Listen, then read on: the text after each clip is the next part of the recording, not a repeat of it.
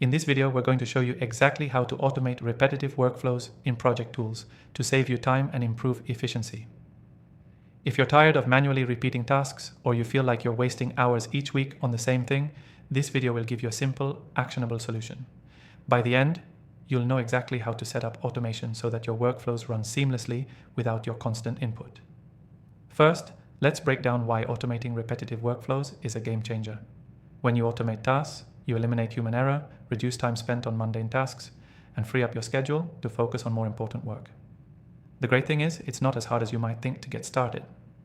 Most project tools like Asana, Monday.com, and Trello have built-in automation features, and today we're going to show you how to use them to streamline your work. Step 1 is identifying the tasks that repeat over and over. Maybe it's sending reminders to your team, updating project statuses, or moving tasks through different stages in your pipeline. Whatever it is, make a list of your most repetitive tasks. You can't automate what you haven't identified, so start here.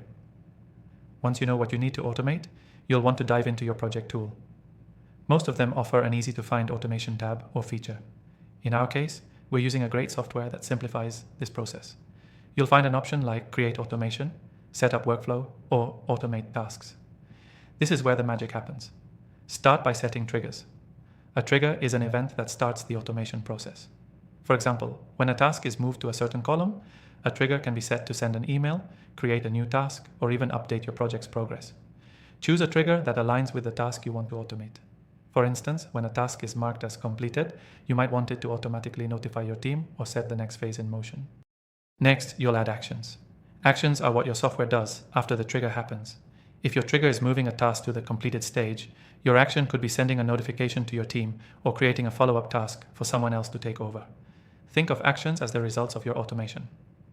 One key thing to remember is that automation doesn't have to be complicated. You don't need to be a tech expert to automate workflows in project tools. The process is often as simple as clicking through a few options, selecting your triggers and actions, and then letting the software take care of the rest.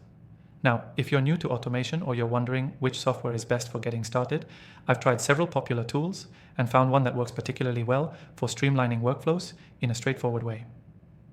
I've put a link in the description for an exclusive free trial to this software, only available to my viewers, so you can follow along and automate your workflows with ease. Before we wrap up, here's the key takeaway. Automating repetitive workflows in project tools doesn't just save time. It reduces the chance of mistakes and helps your team stay aligned without micromanagement. Start by identifying your most repetitive tasks.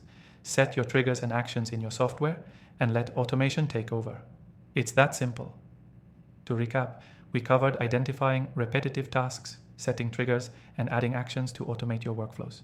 Don't forget to check out the free trial in the description below and take full advantage of it to simplify your work processes. Thanks for watching, and I'll see you in the next one.